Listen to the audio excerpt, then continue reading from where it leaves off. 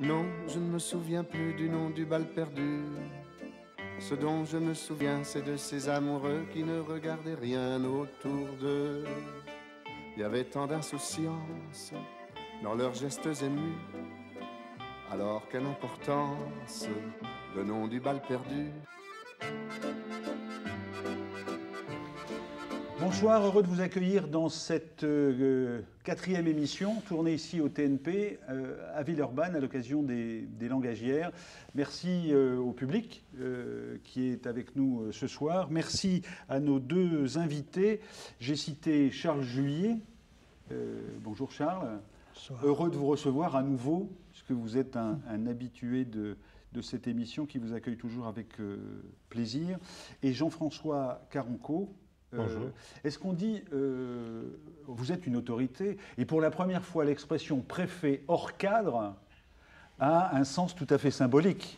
Alors, au-delà du fait que vous êtes à la retraite, mais ce n'est pas pour ça que je dis hors cadre, vous allez bientôt prendre une retraite bien méritée, comme dirait l'autre, mais vous êtes hors cadre puisque vous êtes ici aux Langagières, d'abord un ami de Schiaretti, qui est le patron du TNP, et puis vous êtes ici pour parler de livres, de poésie, et on me dit cette autorité est quelqu'un qui a toujours été fasciné et qui a toujours favorisé la culture. Ce n'est pas tout à fait dans cette fonction qu'on vous attend.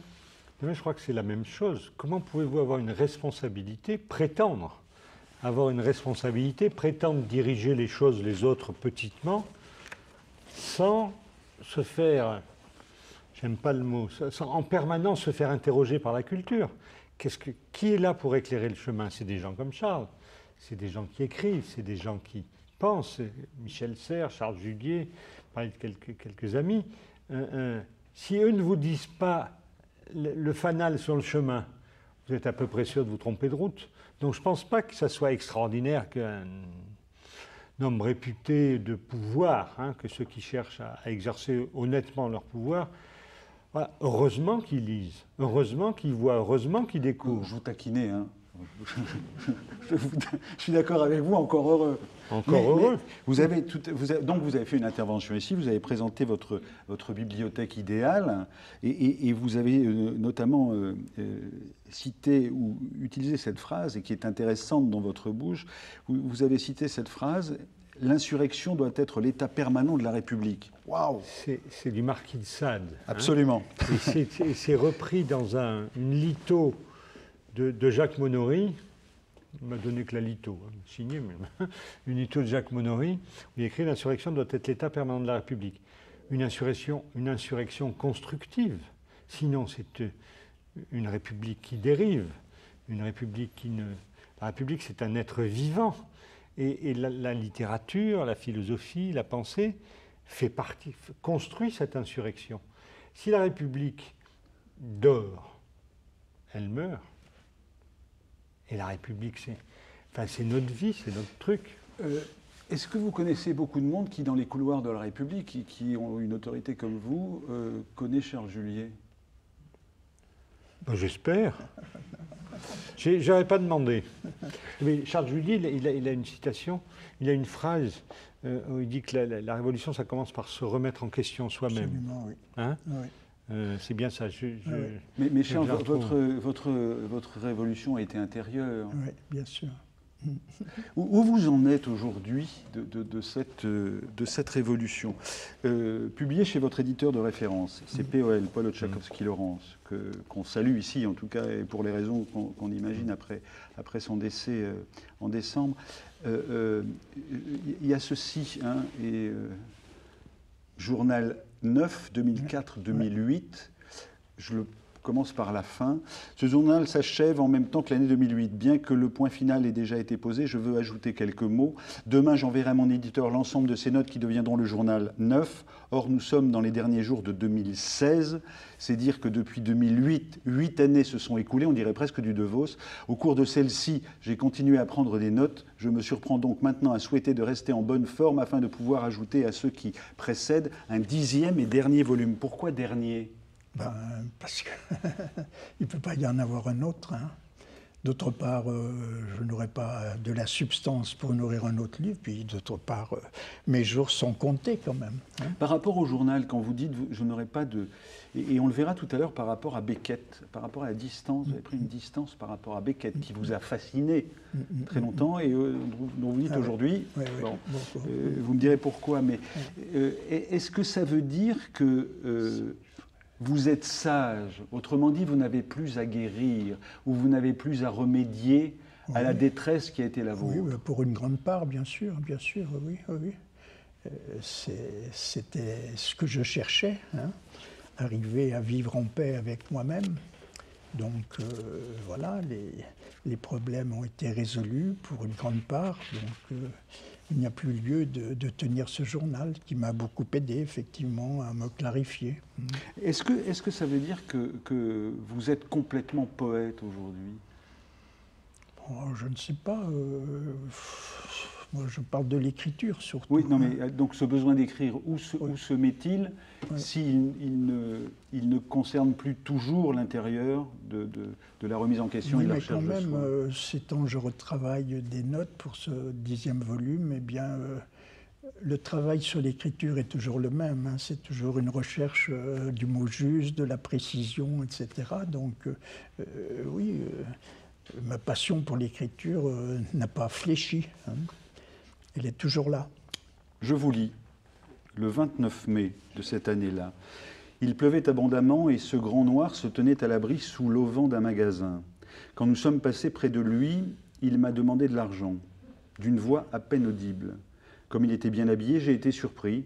Étudiant, il attend depuis 4 mois que lui soit versée la bourse qui lui a été accordée dans son pays et sans ressources, il n'avait pas mangé depuis 3 jours. Nous lui avons donné quelques pièces, mais maintenant, de retour à la maison, je me reproche de n'avoir pas été plus généreux. Si j'ai manqué de générosité, c'est parce que dans les rues du centre, les mains sont nombreuses à se tendre vers vous, routards, gitans, roumains, parfois un SDF, et inévitablement, on finit par ne plus se laisser apitoyer. Je reviens vers vous, puisque vous avez eu, et vous avez une considération pour ces gens qui arrivent. Monsieur le préfet, est-ce qu'on dit un migrant ou est-ce qu'on dit un réfugié? On dit un homme, une femme. Je veux dire, ces considérations, je ne sais pas. Juste sur cette petite mot de Charles Julier, d'abord, je vais noter la précision des mots. Il le dit, il travaille sur les mots. Hein, ça, c'est extraordinaire. Chaque mot n'est pas le même. Et puis après, ce qui me frappe dans Charles Julier, c'est qu'avec des petites histoires, on pourrait même dire des petites historiettes personnelles, il fait des trucs universels. Hein. Ce retour sur soi crée l'universalité. Pour moi, Charles Julier, c'est ça. C'est avec des choses qui pourraient paraître rien. C'est tellement travaillé, c'est tellement profond, c'est son histoire, sa reconstruction, que ça devient une leçon universelle. C'est ce que je voulais dire. Je pense que c'est comme ça qu'il faut aimer Charles Julier. Sur les migrants et les réfugiés. Bon, on ne va pas faire de l'administration. Un réfugié, celui qui a son titre, un migrant est celui qui ne l'a pas encore. Mon sentiment, c'est que c'est au-delà. Vous savez, je crois que c'est Nietzsche qui disait le nombre de contradictions dans une pensée est le signe de sa richesse. Là, il ne peut pas y avoir de pensée, s'agissant des problèmes de migration, de pensée simple. Il y a d'abord une donnée simple, mais ce n'est pas la pensée. Il y en a 2. Je dis souvent, j'ai vu, et je l'avais dit en Guadeloupe, j'ai vu un immigré, il était noir, et il avait, aux surprises, 2 pieds, 2 mains et une tête comme la nôtre. Et en plus, je suis daltonien. Donc voilà, c'est d'abord l'universalité des gens, c'est le premier sujet. Le deuxième sujet, la deuxième certitude, c'est que les mouvements de population du moment sont là pour durer. Et elles sont de plus en plus faciles, au-delà des obstacles, parce qu'on n'est plus au temps de la marine à voile. Et face à ça, il y a une donnée politique de repli sur soi. Ça vient en même temps que l'évolution technologique du monde, en même temps que la transformation ultra rapide du monde qui, de toute façon, fait qu'on se replie sur soi, qu'hier c'était mieux, qu'avant-hier c'était encore mieux, que l'autre est un intrus et qu'on est mieux entre soi. C'est 2 phénomènes ensemble. Hein, l'émigration due certes aux inégalités, encore qu'elles sont moins fortes qu'avant, il ne faut pas se tromper, mais due au fait qu'on voit la richesse de l'autre et qu'on peut venir facilement. Se tamponne. Et l'humanité que vous commande de dire « c'est lui, tu peux venir », et la préservation du groupe, hein, la préservation de ce qu'on est, vous dit on ne peut pas prendre tout le monde. Voilà. Et ça, c'est Carrière, ça s'appelait comment le roman de Carrière où il y avait après la fin du monde, enfin après l'énergie atomique, là il y avait petit, hein, dans un château fort, on repousse l'autre. Si le monde devient un ensemble de châteaux forts, on est mal. Enfin, j'imagine que ce n'est pas forcément un discours qui est facile à tenir dans les allées du pouvoir ou dans les allées de certains ministères. Mais la question, j'entends bien ce que vous avez été préfet d'Île-de-France, vous avez été préfet ici. Vous avez été préfet à Lyon. Rhône-Alpes, vous avez été préfet dans nos territoires lointains ou dans les territoires lointains qui sont français. À quoi sert la littérature? C'est-à-dire que quand vous avez à gérer l'évacuation de la place Stalingrad où il y a 3000 réfugiés en situation précaire, quand vous avez ce genre de situation en permanence à régler dans votre journée professionnelle, où est la littérature et à quoi sert-elle chez vous? Quand je lis je l'ai là.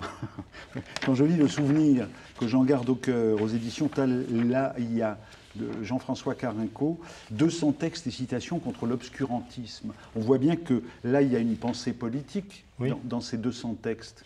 Il y a un fil conducteur. Il y a un fil conducteur. Un fil conducteur. Et donc, je me dis, à quoi ça sert? Est-ce que ça permet de dire hors cadre, c'est-à-dire hors la fonction d'autorité qu'on doit exercer, ou est-ce que ça console de ce qu'on a eu à faire? Non, il ne faut pas être consolé, il faut assumer. Ça permet de refuser de faire, ça permet de faire malgré, ça permet de... Voilà, je vais vous dire, je suis plus préfet, donc je peux le dire. Il n'y a pas très longtemps. Ouais, vous voyez bien que vous n'avez pas pu le dire à un certain moment. Non, justement. J'ai envoyé une note administrative sur les problèmes d'immigration où j'ai commencé par le poème de Trouillot. Voilà à quoi ça sert de ça. À convaincre aussi. Il y a des gens qui ont des mots plus forts que les vôtres. Charles en est.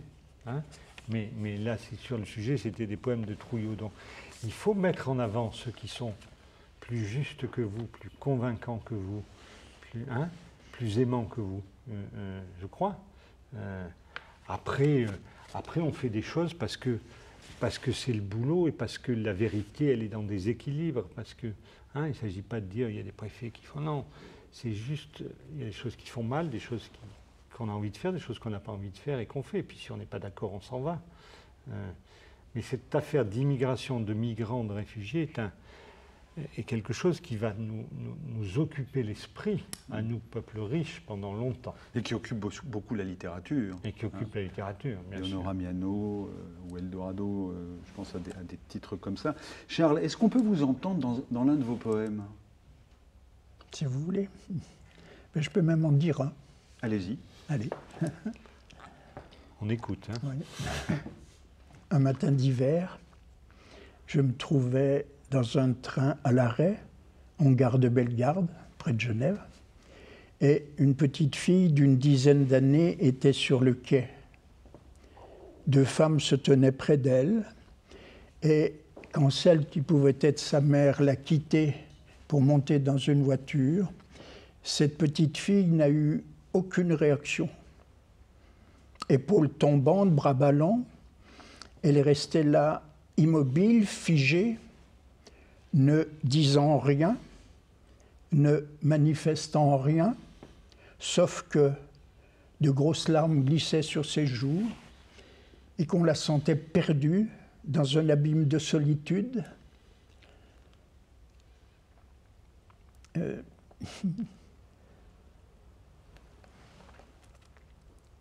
Oui, enfin, là, j'ai un petit trou, ça va pas, dommage. Donc, je poursuis. Donc, 2 ou 3 ans ont passé depuis ce jour, et il arrive encore que réapparaisse en moi ce petit visage en larmes, pétrifié par la souffrance. Voilà. Est-ce que ça renvoie à votre enfance? Peut-être, oui. On me l'a fait découvrir plus tard, peut-être que oui. Oui, oui. Ce moment de votre enfance où celle que vous pensez être votre mère vous emmène à l'église et vous lui demandez « mais où m'emmènes-tu, maman ?» Et je t'emmène à l'enterrement de ta mère. Ça, et je pense à Lambeau. J'ai eu l'occasion dans l'une de ces émissions de citer Lambeau, qui est sans doute un des livres importants de ce qu'il dit de vos deux mères. Et je pensais à un autre titre qui me semble révéler aussi une littérature extrêmement importante qui sort ces jours-ci, qui est le Lambeau de Philippe Lançon. Philippe Lançon est l'un de mes confrères de Charlie Hebdo et Libération qui a échappé aux terroristes. Et je trouvais que réunir ces deux livres qui ont le même mot pour titre est intéressant. Ils sont aussi importants l'un que l'autre. Quand est-ce que vous trouvez le temps d'écrire, Jean-François d'écrire, de lire? Dans le train et la nuit. Dans le train, parce que comme j'habite Paris, je travaille à Paris, que je vais toutes les fins de semaine à Montpellier. Donc voilà, je vois plein de gens dans le train qui mettent leurs ordinateurs. C'est votre attache, hein, Montpellier. Oui, des séries américaines, pas quoi. Donc j'essaye de lire dans le train, j'essaye de lire un peu tout le temps. Sur les mers, j'avais envie de citer la petite phrase de Charlotte Delbo. Ouais. Ils ont mis nos mères à nu et nos mères n'étaient plus nos mères. Hein, sur les camps de concentration, sur Auschwitz et après. Hein. Tout ça se renvoie. Quoi, hein. Ce qui est formidable dans la littérature, quand on veut bien s'y mettre, c'est un effort, c'est que tout se renvoie. Hein, et tout se renvoie et s'enrichit et bouillonne, hein, et foisonne. C'est ça qui est absolument admirable. Quand on lit l'un, on se dit, tiens, on pense à l'autre. De Charles Delbo à Auschwitz, c'est étonnant. Étonnant. Est-ce que vous pouvez nous lire Oui, un de ceux-là que j'aime beaucoup. Hein. Je l'ai sorti, je l'ai préparé, alors ça fait plus. Je l'ai montré à Charles. Vous êtes un homme de papier, hein? Oui, bah, c'est normal. J'ai pas d'ordinateur chez moi, rien. Je poserai la question à Charles après. Mais... C'est de Charlotte Delbo dans Auschwitz après, dans le tome 2. Publié aux éditions de Minuit, hein, Charlotte Delbo. Yvonne Picard est morte, qui avait de si jolis seins. Yvonne Blech est morte, qui avait les yeux en amande et des mains qui disaient si bien. Mounette est morte, qui avait un si joli teint, une bouche toujours gourmande et un rire si argentin. Aurore est morte, qui avait des yeux couleur de mauve. Tant de beauté, tant de jeunesse, tant d'ardeur, tant de promesses. Toutes un courage des temps romains. Et Yvette aussi est morte, qui n'était ni jolie ni rien, et courageuse comme aucune autre.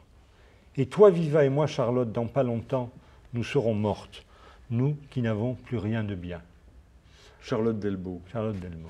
Publié aux éditions de... Voilà, c'est à lire. Oui. Et livre terrible. Terrible. J'avais une question à vous poser, c'est, vous avez répondu, je suis un homme de papier. Et j'ai fait un lapsus, je dis quand écrivez-vous? Mais c'est une question aussi, c'est légitime, c'est-à-dire que vous lisez tant qu'on se dit que peut-être vous auriez envie d'écrire. Non, mais je sais pas, vous savez, on a 18 heures par jour à vivre. On en fait des choses en 18 heures. Non, mais je pense à cette tentation, c'est-à-dire que Charles écrit un journal pas parce qu'il se dit qu'il doit écrire, mais il écrit pour se sauver. Est-ce que vous avez de temps en temps ce besoin-là? Non. J'écris par plaisir. Par plaisir pur. Charles, la question qui était induite par Jean-François tout à l'heure, c'était la question de la technologie telle qu'elle arrive aujourd'hui. Est-ce que ça change quelque chose dans votre rapport à l'écrit et dans votre rapport à la lecture, le fait que, qu'on le veuille ou pas, on est envahi par une technologie qui va beaucoup plus vite que nous, et c'est quand même, pour le coup, un marqueur de cette technologie-là, quoi. Elle nous envahit et elle nous gangrène. Ben, le temps de l'écriture, c'est un temps de solitude et de silence et de patience, hein. Donc moi, j'écris tout à la plume, au stylo, toujours. Et c'est vrai que malheureusement, je ne suis pas très habile, hein, devant un ordinateur. Donc ça me crée des ennuis parce que parfois je reste de longs jours sans regarder. Enfin. Donc je reçois des messages auxquels je ne réponds pas. Mais voilà, je n'en flatte pas, mais c'est comme ça. Peut arriver, on vous pardonne, hein. Voilà. Tant est qu'il s'agisse de pardon. Virgule langagière dans cette émission, c'est une habitude qu'on a prise depuis la première. Je vous propose d'écouter un comédien désincarné. En fait, le comédien désincarné, c'est Christian Schiaretti, et le comédien désincarné, c'est quand même un texte de Jouvet, hein. Bon. Comme dans les langagières, on a réussi à quasiment pas parler de théâtre, ce qui fait du bien. Je trouve juste de remettre un texte sur le théâtre, et qu'on vient de lire d'ailleurs, de Louis Jouvet. 1er novembre, La Havane, Toussaint. Je suis réveillé au milieu d'un rêve. La première sensation est que je frappe avec insistance sur des objets qui ne font pas de bruit. Je suis dans un théâtre. Des ombres, ou plutôt les personnages mêmes, comme des fantômes, circulent dans les coulisses, dans les loges. Ils suivent les comédiens, affligés, implorants. Je comprends qu'ils voudraient communiquer avec eux. Est-ce leur sympathie qu'ils veulent dire? Des conseils qu'ils veulent leur donner? C'est une ronde d'âmes. Je ne saurais les décrire très nettement, mais ils sont transparents et diaphanes. Leurs formes sont molles, et il y a comme un halo qui rend imprécis leurs costumes sans couleur. Je ne saurais les décrire. Ils sont plutôt comme ces fantômes du théâtre japonais, dont les traits sont fixés et figés par les masques et dont le corps est fait de voiles qui pendent. Cherche-t-il à se réincarner, à retrouver une vie terrestre? Il y a quelque chose de douloureux et d'impuissant dans la façon dont ils tournent, vont, viennent, circulent, dont ils suivent le comédien. Parfois, ils le précèdent, se mouvant à reculons. D'autres fois, ils s'insinuent derrière la glace où le comédien se regarde mais ne les voit pas. Et moi, je vois toutes ces ombres. Et chaque fois qu'un comédien passe près de moi et que j'aperçois une de ces ombres qui circulent, je voudrais attirer son attention. Je voudrais qu'on voie ce que je vois. Je sens qu'il y a quelque chose de grave, qu'un mystère va se découvrir, que peut-être est-ce dans ces apparitions et la façon dont elles vivent avec nous, sans que nous l'ayons remarqué jusqu'ici, que se trouve l'explication de notre profession, l'explication du théâtre et l'inspiration du poète, de l'interprétation du comédien. Je frappe vite mais discrètement du doigt, comme on frappe à une porte. Ce n'est pas un cauchemar, tout est silencieux et calme, et cela est d'autant plus angoissant. C'est très doux et très triste. À la réflexion, c'est un peu une ronde des âmes d'un purgatoire.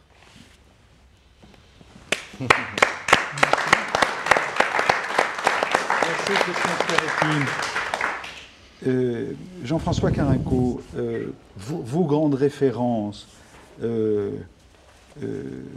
sont là, bien sûr.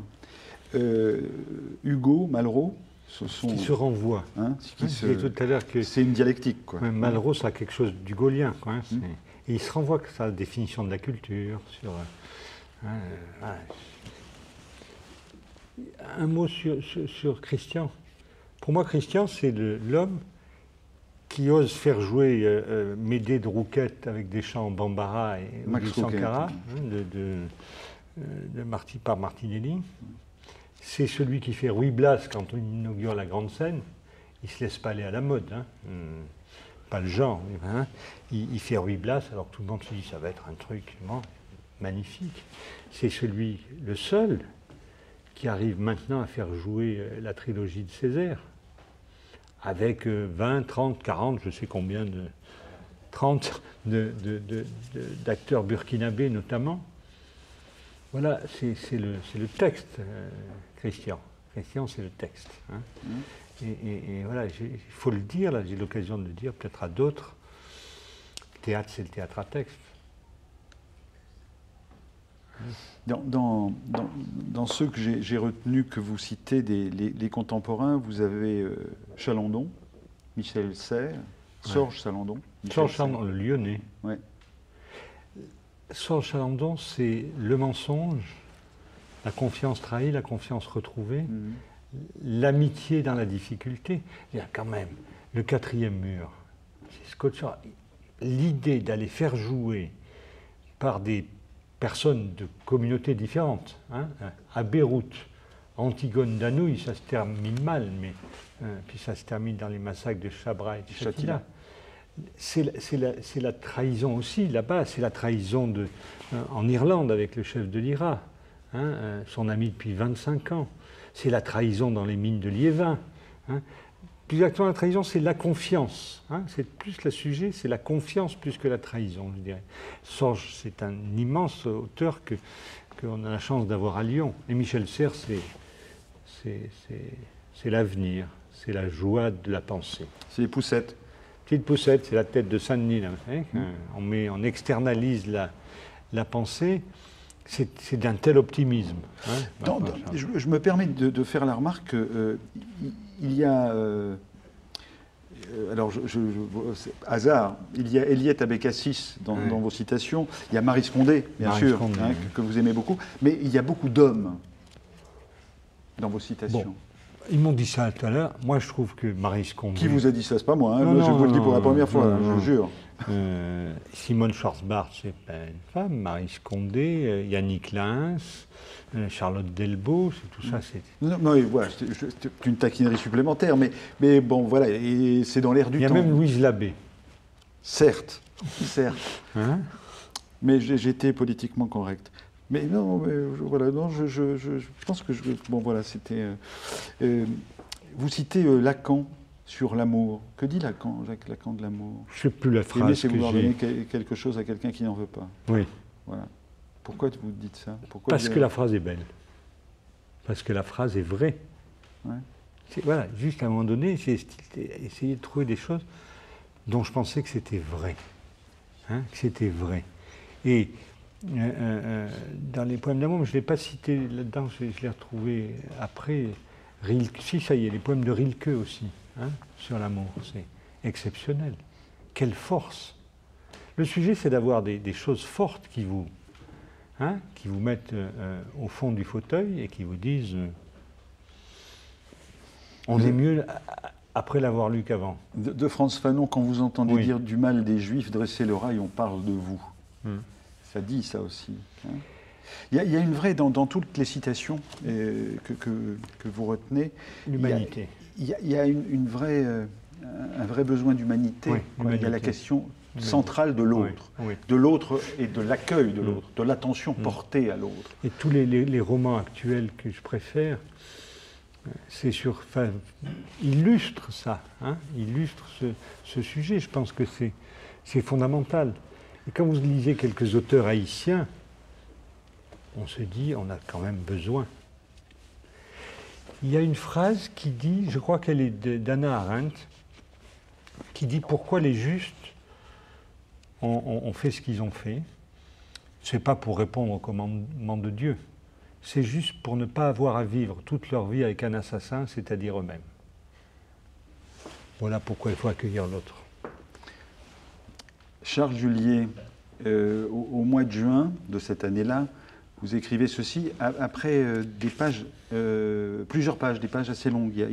On sent que vous avez quelque chose sinon à régler, du moins à réguler dans le rapport que vous avez à Beckett. Et vous terminez ceci, Beckett n'a pas voulu sortir de sa souffrance. Bien que je ne le lise plus depuis longtemps, bien que je ne me réfère plus à ce qu'il a écrit, il me reste proche. Il est de la famille des Hölderlin, des Van Gogh, des Artaud, et quand je pense à eux, à lui, à ce qu'ils nous ont donné, c'est chaque fois avec une profonde compassion, une infinie gratitude. Certes, mais toute l'explication qui précède cette conclusion, c'est un éloignement de quelqu'un qui vous a fasciné. Pourquoi est-ce que, alors que Beckett vous fascine, Oui. Pourquoi est-ce qu'à un moment vous vous éloignez de lui? Parce que je sentais très bien que ma propre évolution m'éloignait. Hein.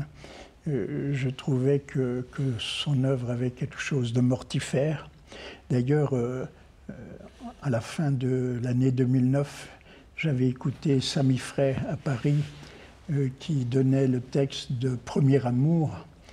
Eh bien, dans ce texte que j'ai trouvé vraiment très, très nihiliste et plein de dérision, quand j'ai quitté le théâtre, j'étais dans un profond malaise.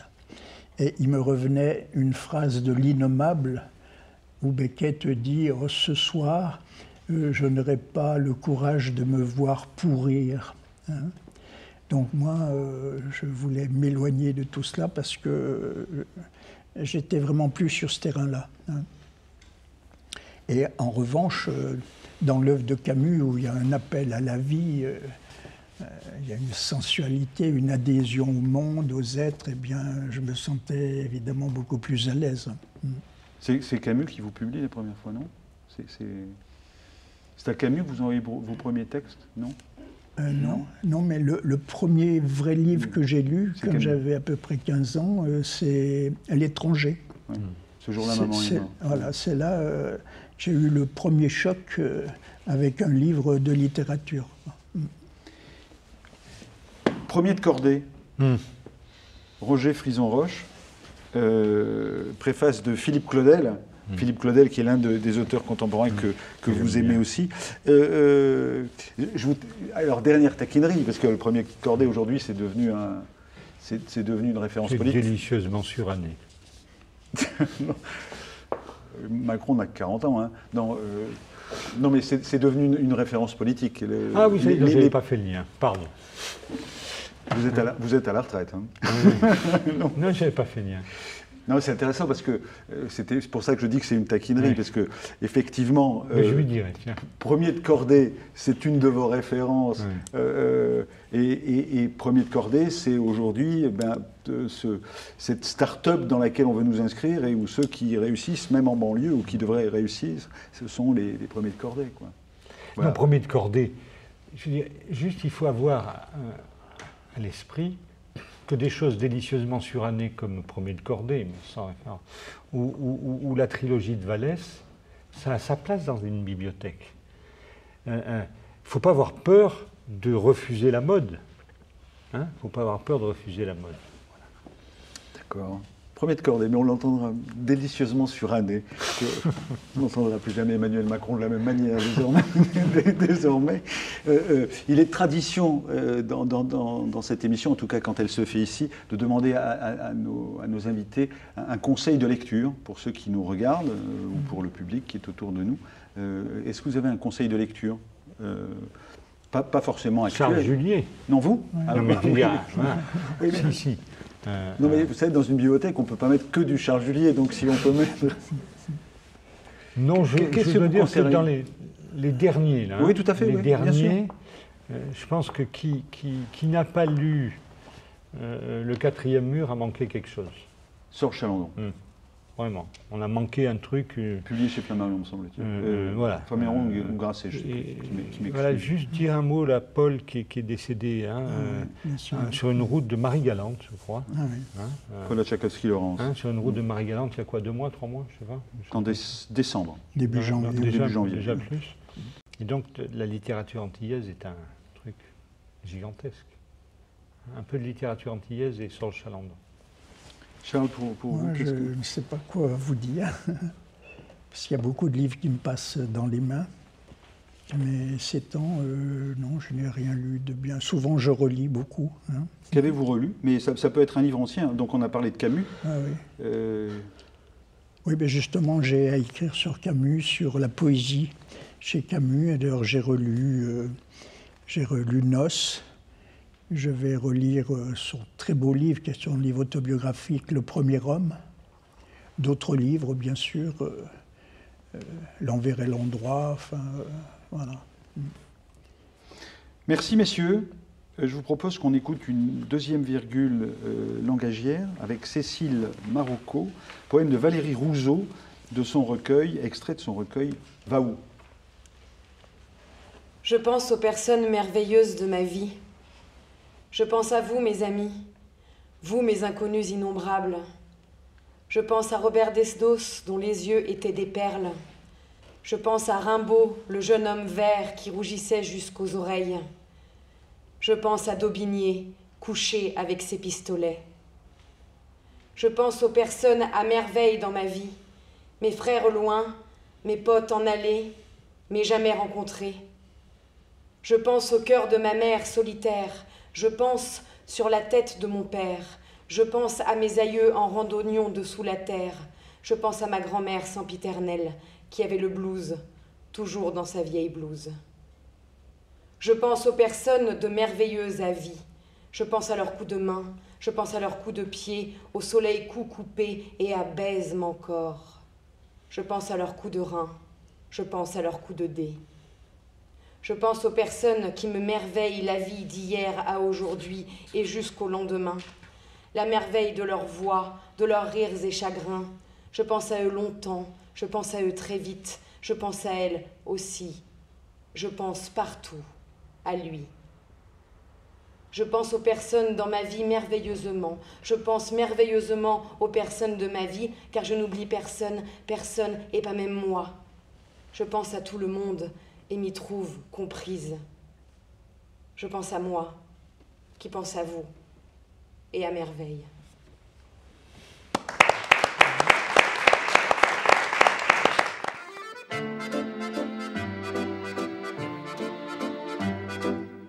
Damien Gouy, bonjour. Bonjour. Merci de nous avoir rejoints après Charles Julier. Est-ce que vous connaissiez Charles Julier ?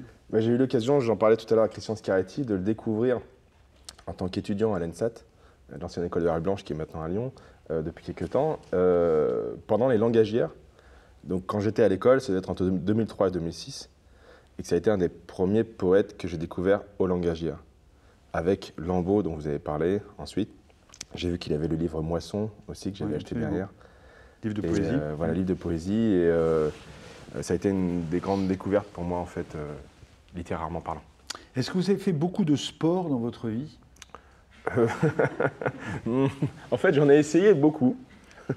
Mais sur une saison, à chaque fois, je changeais. Et un peu de gymnastique, non ? Non, même pas, non. Parce que moi, je vous ai découvert aux langagières, pour le coup.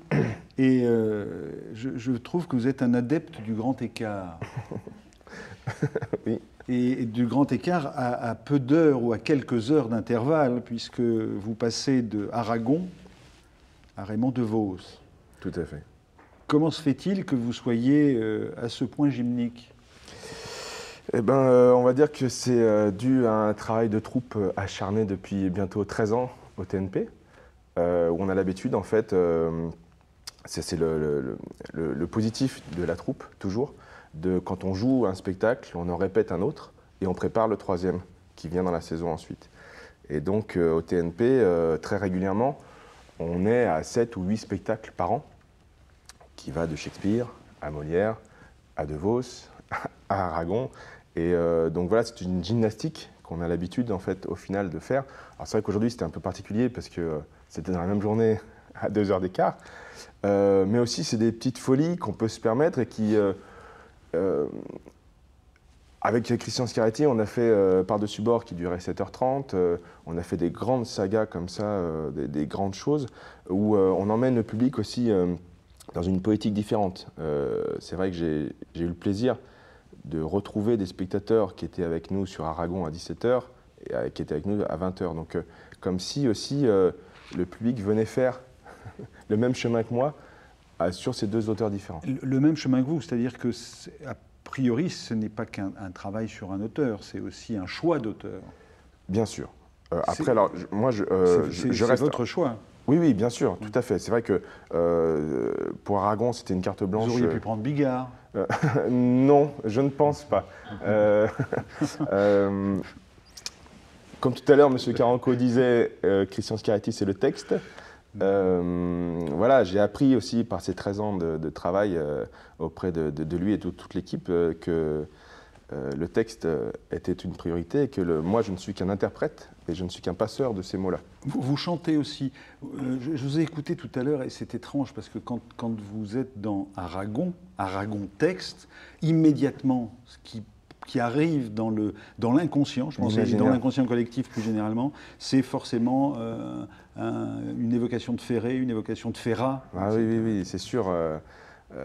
Lui, il n'a jamais écrit de chansons pour être des chansons, mais beaucoup de grands interprètes et compositeurs sont venus piocher chez lui, parce que c'est tellement beau, tellement fort. Aragon, moi j'ai découvert ça en 2e année d'école, et c'est vrai que j'ai une éducation scientifique à la base, donc moi les lettres, je découvre... Vous avez une maîtrise de biochimie. Oui, vous savez ça, très bien. Papa était pharmacien. Ah oui, d'accord, vous avez rencontré mon père tout à l'heure, non? Oui, absolument. D'accord. J'avais besoin d'aspirine. Oui, c'est ça en fait, donc toute la famille est un peu scientifique, et donc j'ai plongé en fait dans cette poésie de par... C'est vrai que les langagières pour moi ont été quelque chose d'assez important parce que à la fois on côtoie des poètes, avec aussi, donc on a eu la chance pendant longtemps d'avoir un cheminement avec Jean-Pierre Siméon qui dirigeait ça aussi dès le départ et qu'on a côtoyé très longtemps. Je me souviens d'un spectacle qu'on avait fait à l'école avec Christian Scarretti sur Maeterlinck. Et Jean-Pierre Siméon était venu voir ce travail, nous avait discuté après, nous avait parlé après. Et tout ça, en fait, c'est un ensemble où la langue, où la poésie est joyeuse, festive, et pas obscurante. Enfin, dans quelque chose de noir, c'est toujours quelque chose de... Alors, pas toujours, mais en tout cas, il y a une ouverture. C'est une porte qui s'ouvre, en fait. Et ça, moi, ça m'a aidé, en fait, beaucoup. Une question de technique. Quand on regarde De Vos, l'absurde chez De Vos, quand on regarde Aragon, qui est plus presque dans une forme de cohérence. Est-ce que en technique de comédien ou en technique d'acteur, est-ce qu'il est plus facile de s'approprier un texte d'Aragon qu'un texte de Vos qui fait jouer de l'absurde, qui fait jouer le corps différemment?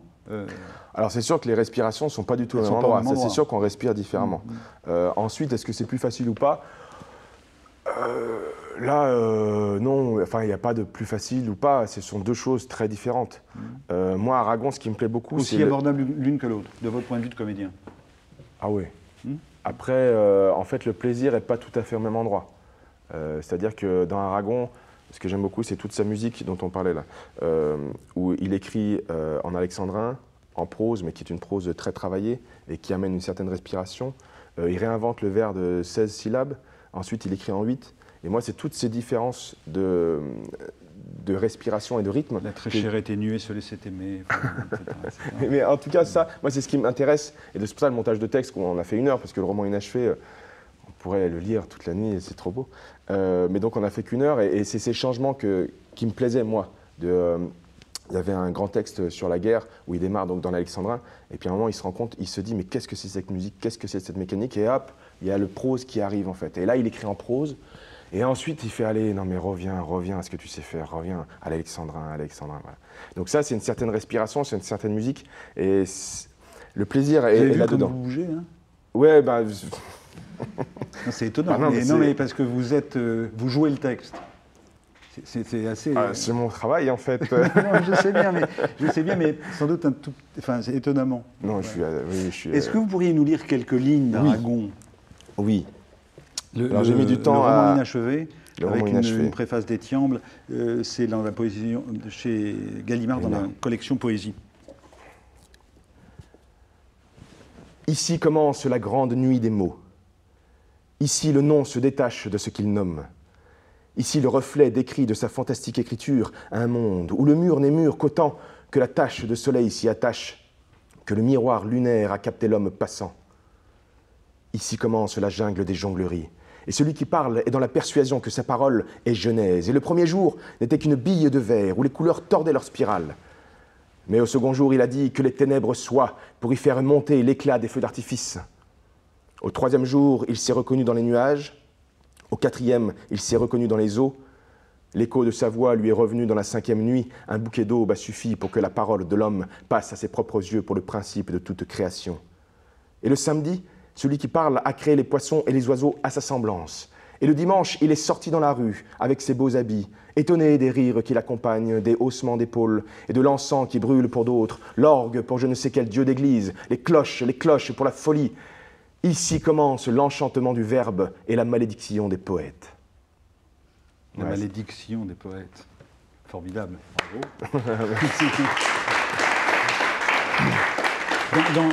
Dans le spectacle avec Raymond DeVos, vous travaillez avec Benjamin Quérotret. Comment est-ce qu'on travaille en couple? Bah, ça, c'est très compliqué. J'espère qu'on a du temps. Parce que Une minute. Parce qu'en fait, on a demandé, avec Benjamin, on se connaît depuis une quinzaine d'années, et on a été réunis par un monsieur qui nous a formés au théâtre, qui s'appelle monsieur Fabrice Hébérard. Et on a travaillé ensemble, en fait, sur des festivals Molière, sur des choses comme ça. Et moi, avec Fabrice, il y a très longtemps, qui s'avère être mon parrain, en plus, j'avais commencé à travailler sur des textes de Raymond DeVos. C'était un stage amateur, et j'avais fait ça avec lui. Et on voulait travailler ensemble avec Benjamin, et on s'est dit, allez, essayons de tourner la boucle, ça serait beau, et demandons à Fabrice de nous mettre en scène sur ces textes-là.